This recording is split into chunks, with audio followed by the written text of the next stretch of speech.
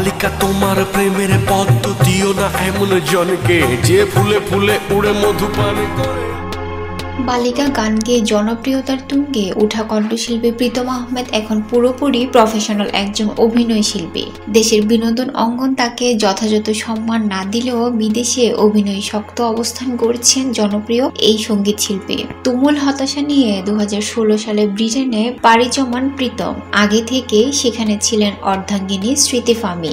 সেখানে গিয়েও প্রথম 4 বছর সঙ্গী ছিলেন সঙ্গীতের, বানিয়েছেন গান, পড়েছেন মিউজিক নিয়ে। তবে 2020 সালে মহামারীর বিশ্ব চোখ তুলে তাকালো এই সঙ্গীত শিল্পীর দিকে। বনে গেলেন পুরোদস্তুর অভিনেতা, তাও আবার হলিউড অভিনেতা। নেটফ্লিক্স, ওয়ার্নার ব্রাদার্স, অ্যামাজন, সনির মতো আন্তর্জাতিক ওটিটি প্ল্যাটফর্মে দারুণ সব সিনেমা ও ওয়েব সিরিজে অভিনয় করছেন নিয়মিত।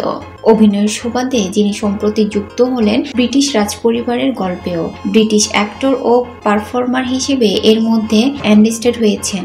ঢাকায় প্রায় 2 দশকের সঙ্গীত ক্যারিয়ার, লিখে সুর করে ও গেয়ে তৈরি করেছেন স্বতন্ত্র একটি অবস্থান। সফলতার কমতি না থাকলেও ছিল হতাশা, যাকে বলা যায় মনের কথাগুলো গানে গানে সঠিকভাবে বলতে না পারার জটিলতা।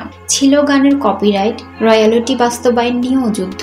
ব্রিটিশ রাজপরিবারের গল্প নিয়ে বিখ্যাত সিরিজ দ্য ক্রাউনের মতো ঐতিহাসিক প্রেক্ষাপটে সিরিজে এই প্রথম কোনো বাংলাদেশি কাজ করলে। বরেণ্য অভিনেত্রী Claire Foy, Emma Stone, Elizabeth Debicki, James Bond বা পাইরেটস অব দ্য ক্যারিবিয়ানের স্যার জোনাথন প্রাইস, হ্যারি পটারের ইমেলডা স্টেটন, ডমিনিক ওয়েস্ট এমন অভিনেতাদের সঙ্গে সমানতালে কাজ করছে। গত 1 বছরে Sony Pictures, Sky TV, Apple TV, BBC production, Warner Brothers, Amazon ও নেটফ্লিক্সের মোট 5টি সিনেমা এবং 8টা সিরিজের কাজ করেছেন প্রীতম, যার বেশিরভাগই প্রকাশ হতে থাকবে 2022 সাল থেকে।